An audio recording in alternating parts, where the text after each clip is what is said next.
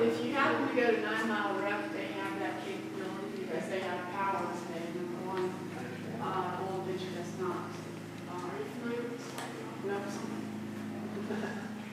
I'm not familiar. We moved here about a year ago, so we're just trying to get familiar. And I work for. We lived here for years. We didn't know this place was here. No, I work for food grade who like spraying some lawns here and there, and that's how I kind of saw some of this. And I'm like, I don't know. I literally go to the house and I go home. I don't know. Yeah, exactly. Your road is.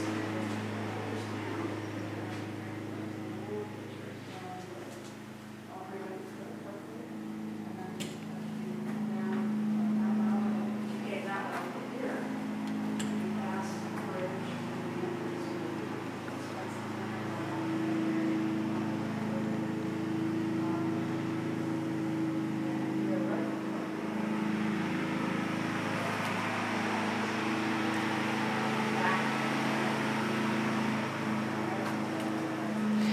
Mocajete. They call them rock mortars. But it's like a mocajete, right? It was really heavy. I can't lift it.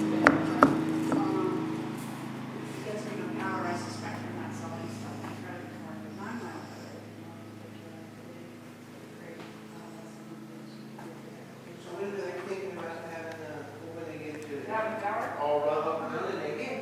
I think they've already were hoping. They've lost power.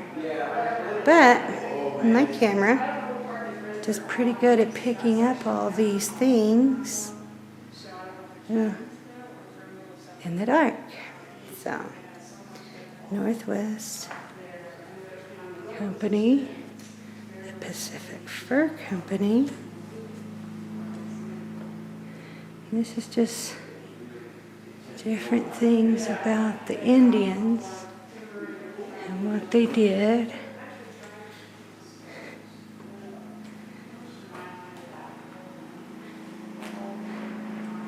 Hudson Bay,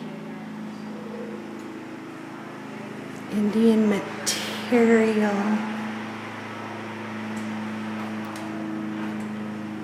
The fur trade, the great demand for furs on the European market came about largely because of a new fashion in hats.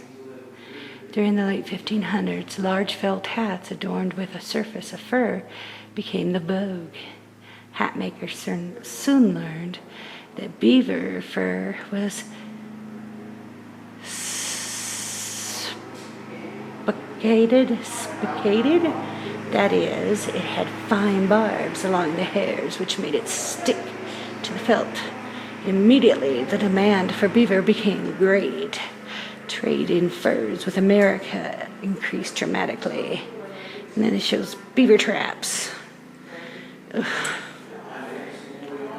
Shows transportation and how the Indians, Native Americans, got these things. Because the Europeans wanted the Native Americans to. This shows glass beads and the tobacco and Northwest trade guns and look back into the light. All right. More blankets.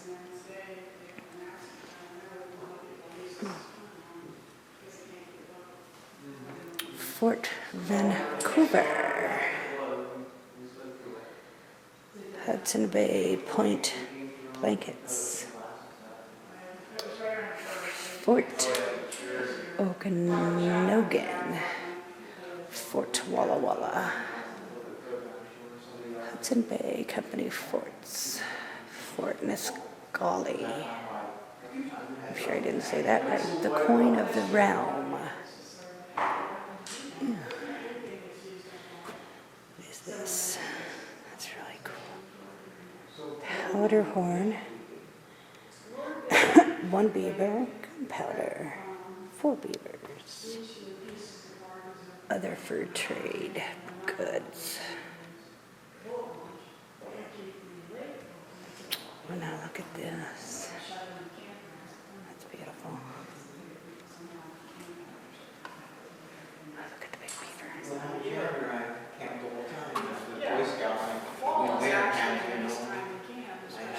big fishes. Ooh, holy crap-a-moly, those are some big damn fishes.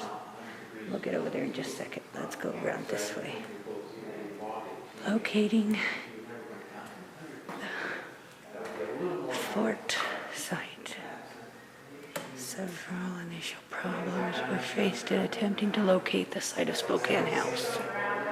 No, I don't sleep on the ground like I used to.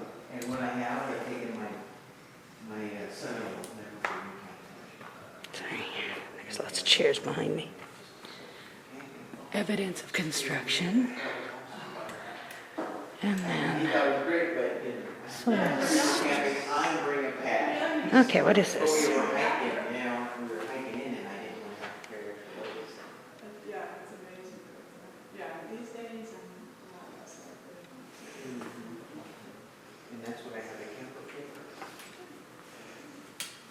We do. So definitely giving us a little idea. We do have power, like I said, we got one track here and it's connected Oh my God. to our. Say that word. Snixluston.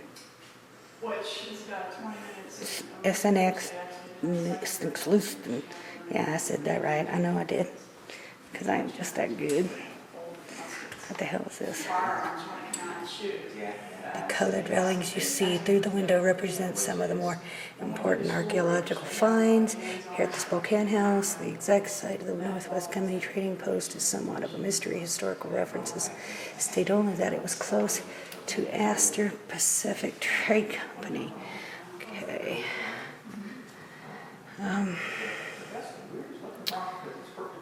Which is indicated by the inner blue railings. The outer blue line represents the stockade walls after acquisition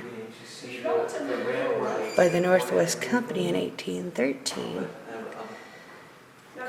When the double wall was built, the yellow railing represents the stockade after the merger of the Northwest Company and the Hudson Bay Company. Some of the significant finds are highlighted by individual posts on the site. The 5 white posts represent probable stockade gates. The green post is the location of the forge. Heath area where slag, charcoal, iron fragments, and ash were recovered during the archaeological dig. One of the more significant finds during the excavation was a building cornerstone created by the butt end of a vertical post rested upon a flat upper surface. The yellow post in the center, or in the eastern corner. What the hell is that? I don't know east. Oh, it's over there. Let's see if I can pull that in. Yeah, that one. It marks the burial of Jacob Finley, who played a leading role in the establishment of the Spokane House and remained there during its entire existence. This discovery indicates the location of a bastion. Prior to his death in 1828, Jacob requested that his body be laid to rest beneath one of the bastions. The red post, and red posts. Okay, all these red posts, that one, that one, that one. I think that's it. 1, 2, 3, 4. So, 1, 2, 3, 4. Yeah, compared to some places, but yeah, the military wasn't. Reveal post indicates sellers. You know, stayed small. Revealing trade items, many of which can be seen on display here. Alrighty then. Dun, dun, dun. Okay. That's why there's so little of it left. The good news is they didn't deplete the natural resources. That wasn't the reason for leaving. It's good. Here's what we were looking at out there, I guess. It's just all about logistics. There's Fort Spokane, is what they believe. And And that's where those posts were, It's very much about I guess. money, at that time. Which is Yeah. a blacksmith shop, that's a fish and a I see man's it house, here. a big house, trade store, stockade Yeah, walls. I mean, back, I So- don't think they don't see them nearly as big now, but Oh, that's big. here's that Now bastion. it's swimming upstream from here. I mean, if they made it this far, that's pretty far from the ocean. So, and then, of course, they're dying, the whole way because the turn reds and it was fun. Let's go look at this stuff. Oh, that's kind of cool. the chase. Enough to where they can. All channel are down and- all trophy taxidermy. You know, big pike and you're spearing and voicing. There's a them up bobcat. out of them. That's a lot of. Very fish cool. for a lot of people. I was thinking that's a lot of filet to do with. But she Yeah, would be there's happy, she's not a subsistence. big fish eater, but she likes to catch them, doesn't like to eat them. I like to eat them, I don't mind catching them. We work well together. Yeah, there you go. But really, basically that subsistence, but you want a lot of luxuries in terms of. I like to fish, but I won't eat them. Yeah. I'm really good at fishing. I'll catch them. and Are these cook them. real? I just don't care for it. Yes. Holy mackerel, those are big. Actual, specimens. I mean, holy mother of goodness gracious, those are some big dang fish. Yeah, they're just enormous. And just imagine hundreds that size coming up this far into the river. Of course, now it's impossible. Exactly. They dammed Yeah. it, so Oh, yeah. that's a lost ball in highways. So, do you know why it's called 9 Mile Falls? I have no idea, other than you got 5 mile intersection, Yeah. so and 7 mile. I think don't- they just did it on. Your barrier, which is made of just wood, because of Yeah. this, And we're at 9 somewhere mile mark. Somewhere there's 11 mile, across the channel. about 2 miles away. And I know that direction, of course, because I come from Spokane, it's 7 mile, and I know 5 miles. Yeah, And they that got makes 5 more miles. sense in my head now why it's called that. It makes sense because they probably broke it up in, I think it's probably 5 miles out of the center of town, is all I can think of, because that would be the only reason for it.